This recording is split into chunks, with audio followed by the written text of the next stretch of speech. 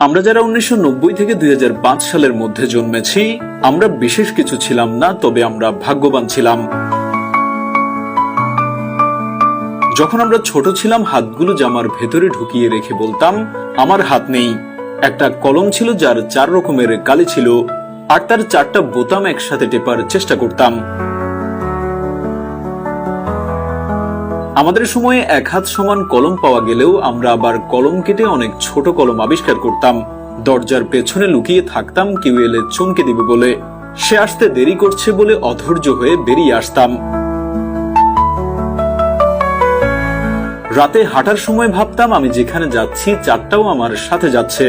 কারেন্টের সুইচের 2 দিকে আঙুল চেপে সুইচটাকে অন অফের মাঝামাঝি অবস্থানে আনার চেষ্টা করতাম। স্কুলে যাওয়ার সময় সবাই একসাথে দৌড়াদৌড়ি করে যেতাম। ক্লাসে কলম খেলা, খাতায় ক্রিকেট খেলা, চোর ডাকাত